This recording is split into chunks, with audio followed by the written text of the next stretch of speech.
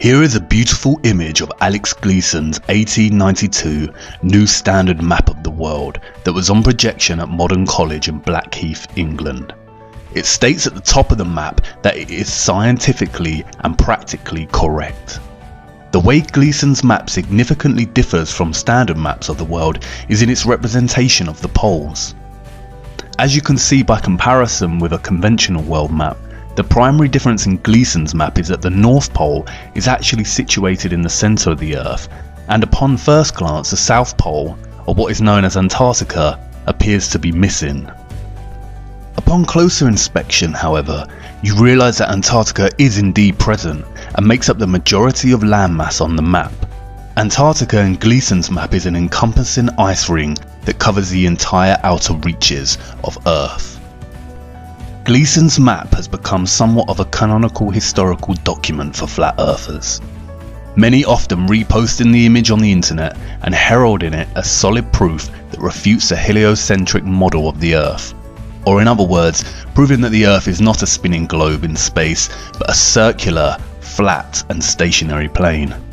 This was not enough proof for me, and while I gravitated towards the idea of a giant encompassing ice wall as a neat concept, I knew that we had a vast amount of evidence proving the existence of space, spherical planets, and entire sciences dedicated to solving the mathematical conundrums of physics.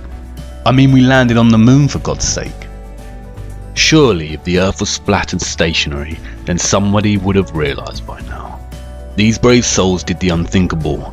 They flew to the moon, they landed, took their first cautionary steps and planted the American flag.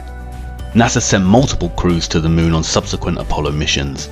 They even managed to film Apollo 17 leaving the moon. Stage pushed. Mission arm is out. Okay, I'm going to get the pro.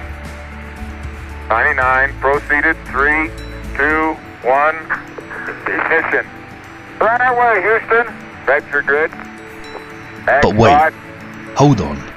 If this is footage of the crew leaving the moon and making the journey back to Earth, then who did they leave behind to film their craft take off? And wait, don't you think those colourful emissions on takeoff look kind of fake?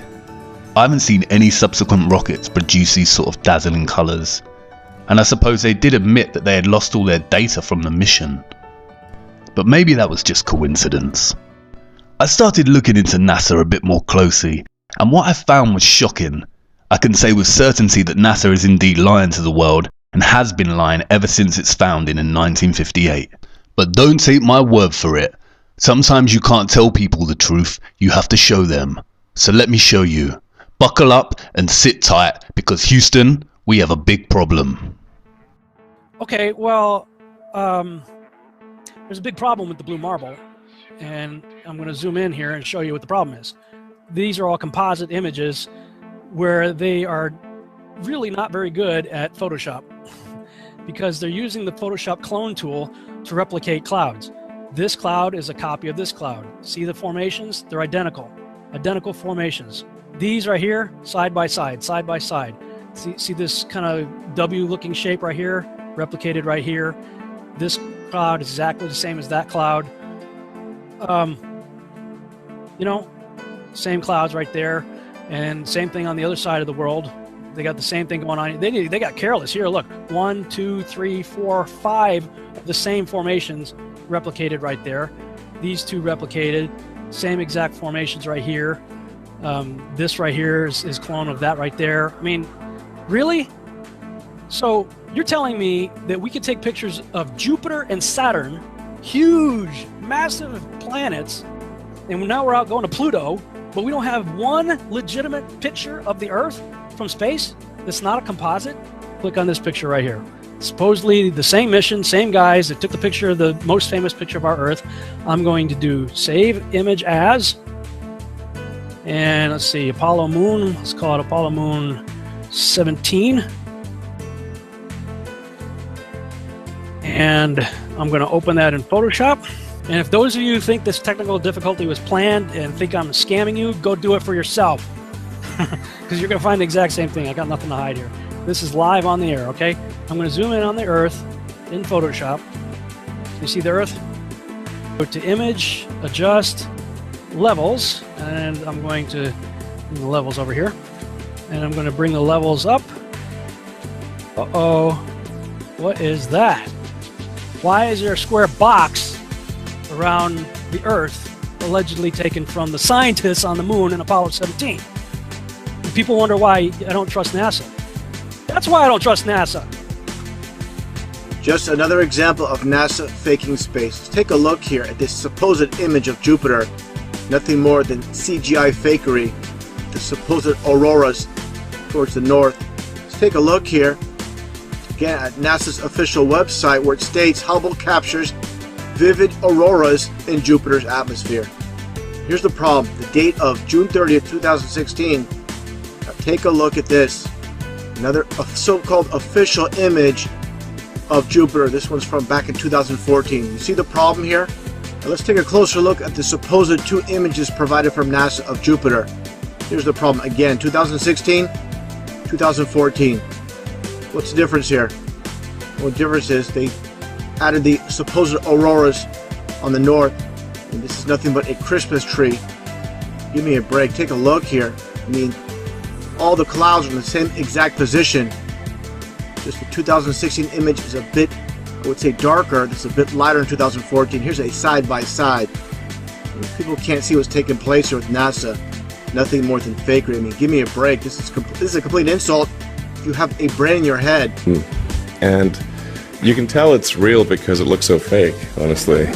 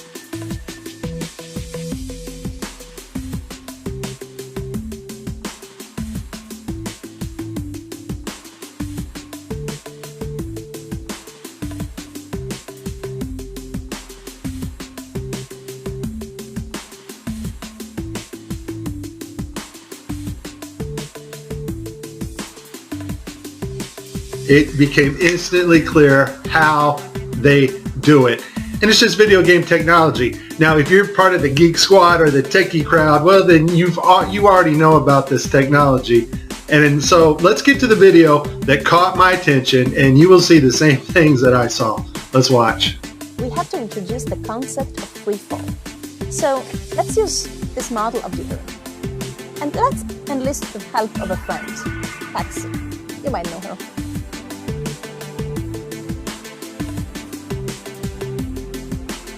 So what is significant about this video is, number one, it was live to school children. Number two, we have this stuffed animal that is transitioning in on another video channel. And the actor is able to reach up and grab this doll in real 3D space and manipulate this doll with their hands. And so the only way you're going to pull that off is with one technology. And that technology is virtual reality. More importantly though, something called augmented virtual reality. This is taking the objects in 3D space from a virtual reality world and putting them in our world on another screen, which we can see, manipulate, and touch with virtual reality contacts or glasses. In this next segment, I'm going to show you how NASA grabs objects in 3D space, rotates them around, manipulates them. They can do this with water, with cloth, anything.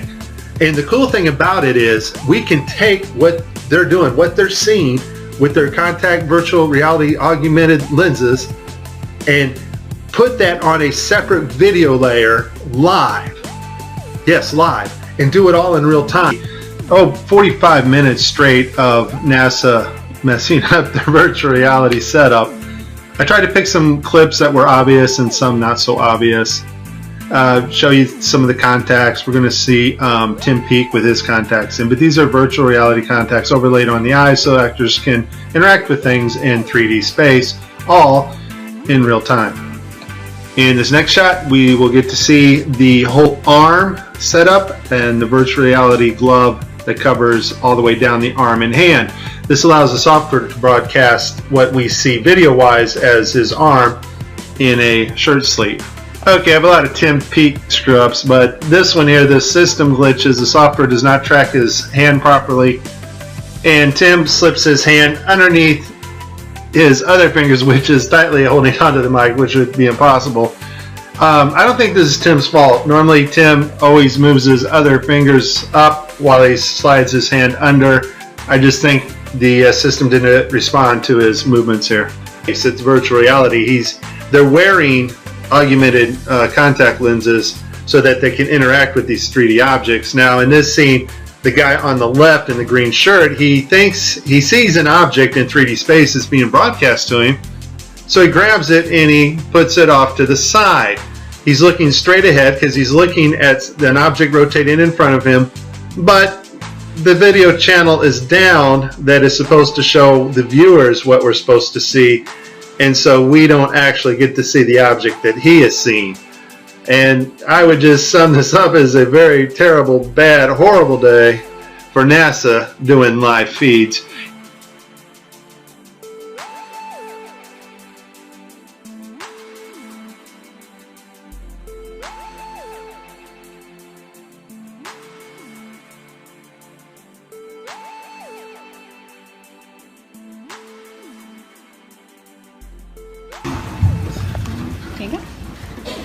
So many times during spacewalks outside the International Space Station, we can see air bubbles rising up. Can you touch on how there are air bubbles in space?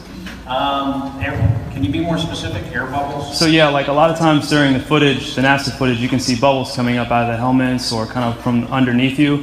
How do you explain bubbles in space? Yeah, I'm not sure exactly what you're talking about. Now sometimes you get water in the helmet, and it's either from sweat or from the cooling garments. And in some of my spacewalks, I had like water in the helmet. Not like I was going to drown in the helmet, but just little bits of water probably came from sweat. Often on the outside of the space station, you'll liberate little pieces of, it's a really harsh environment out there, and the outside of the space station gets beat up pretty good. And sometimes, you'll see just little flecks of paint or something that you might have disrupted floating away from the suit. And, that's generally what that is.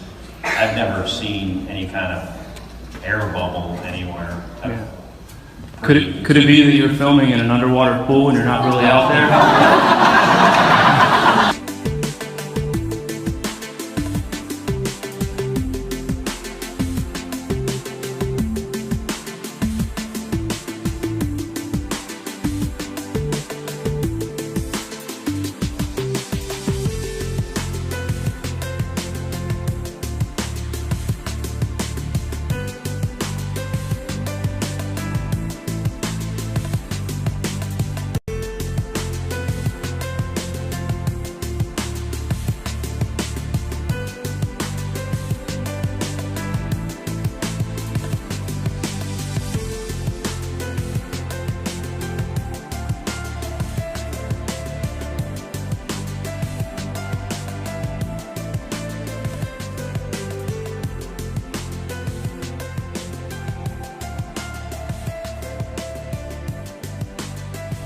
Why don't you swear in the Bible that you walked on the moon? You're the one who said you walked on the moon when you didn't. Calling the kettle black, if you ever thought of it. Saying I misrepresented myself. Away from me. You're a coward and a liar and a thief.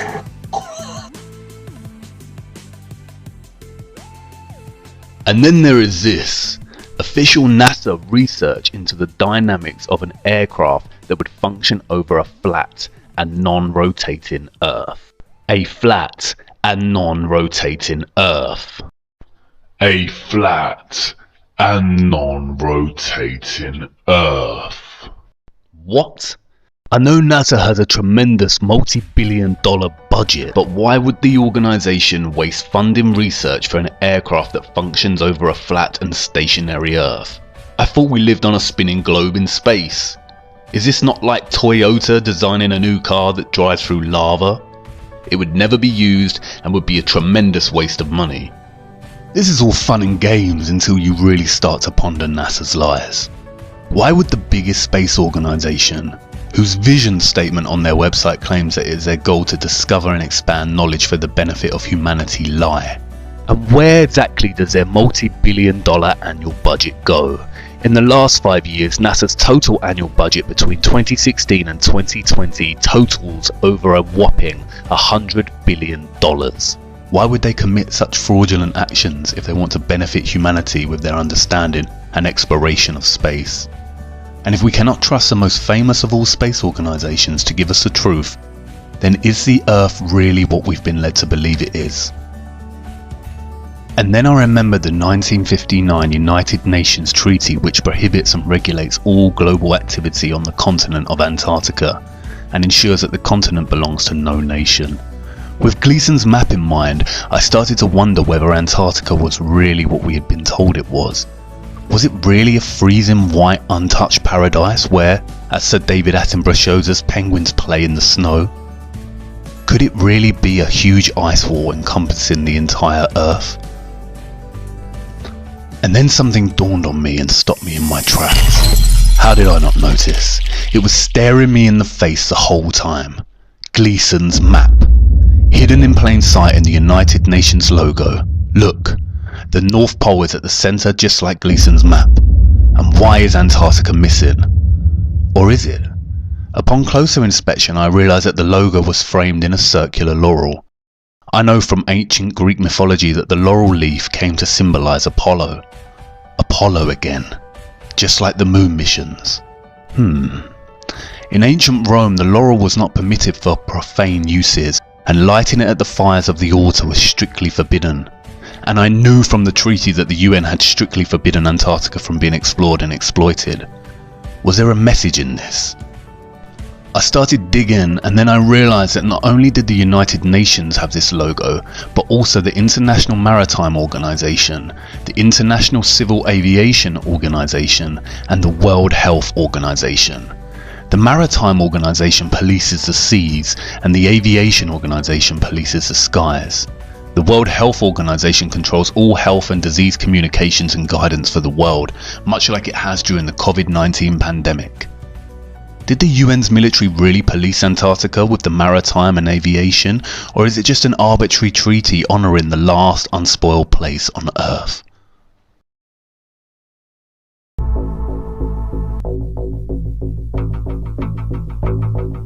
Hey, just a Navy destroyer. He will yield.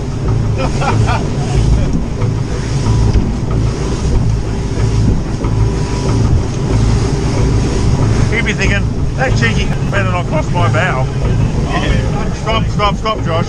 They take it seriously. What did they say?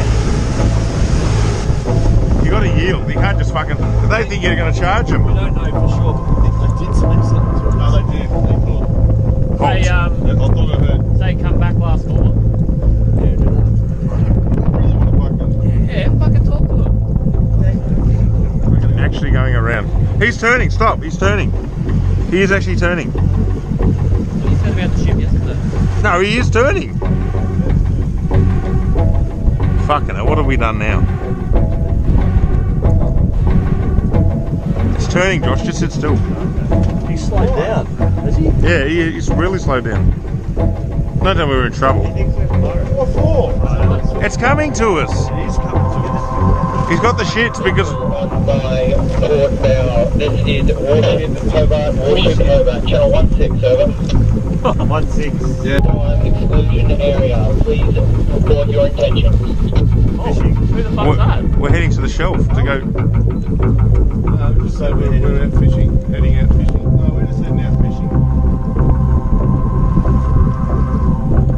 Get the dinghies out, boys.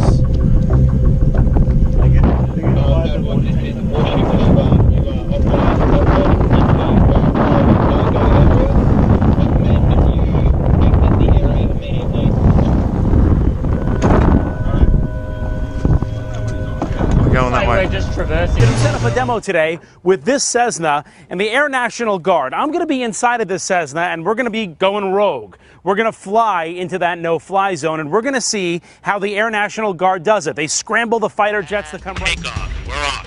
Flying for miles and miles until... Okay, we've just entered the no-fly zone now. Our pilots aren't talking to air traffic control, ignoring their calls to reach them. That triggers an alarm at the Air National Guard base. These fighter pilots scrambling to their jets. They're on alert and ready to take action 24 hours a day. Today, racing to their F-16s, suiting up, climbing on board, and rushing to the runway. Taking off to intercept our rogue Cessna. Reaching the target in just minutes. This is the view from the F-16. That's my Cessna right there. Intimidating as you would think it would be. Look at that fighter jet. He's right off our wing. Another F-16 swooping in on the right, calling us on aviation frequencies. You have been intercepted. If you hear this transmission, acknowledge the radio call and rock your wings. He wants us to identify ourselves. We're a rogue aircraft, remember, for this demonstration, so we're not going to respond at all and see what this fighter jet is. You are ordered to turn to the northwest. The fighter jet giving us one last warning. After all of this, the pilots still won't listen. The plane won't leave the airspace.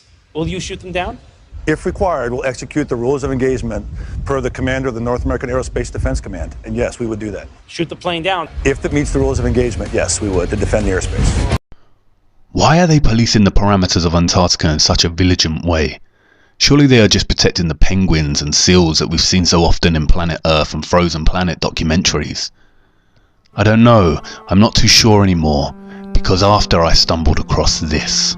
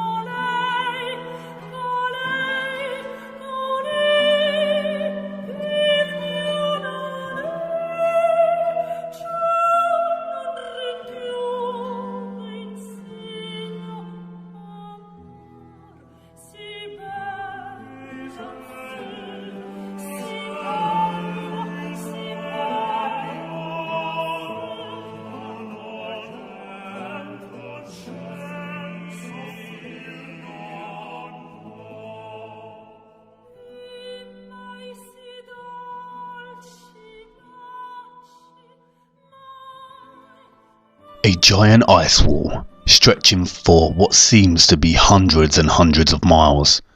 I don't know about you, but I find this footage deeply disturbing. With NASA's lies in mind and that great ice wall looming in the distance, I began to experience what some call cognitive dissonance. I went into denial. Of course none of this could be true, and of course our Earth is a spinning globe as we've been taught throughout our lives. It's one thing NASA lying, but are all the professors and scientists lying too? Is the National Geographic Channel lying? And what about Newton, Einstein, Hawking and Attenborough? Are they lying too? It's a complicated answer, and I will do my best to show you the truth. But before we look at the gatekeepers of knowledge and the trusted voices of our world, I need to show you more of our Earth. I don't want to lose you just yet. Come with me to part 3, where we will explore a few ways our Earth could work as a flat and stationary plane.